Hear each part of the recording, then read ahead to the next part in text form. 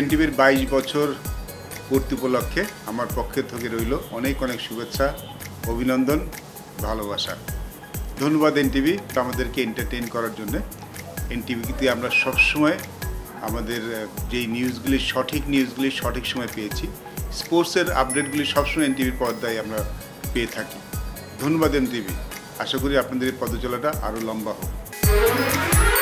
22তম প্রতিষ্ঠাবার্ষিকী উপলক্ষে এনটিভির সকল কর্মকর্তা কর্মচারী, শিল্পী, সাংবাদিক সহ সকলকে জানাই অনেক অনেক অভিনন্দন ও শুভেচ্ছা।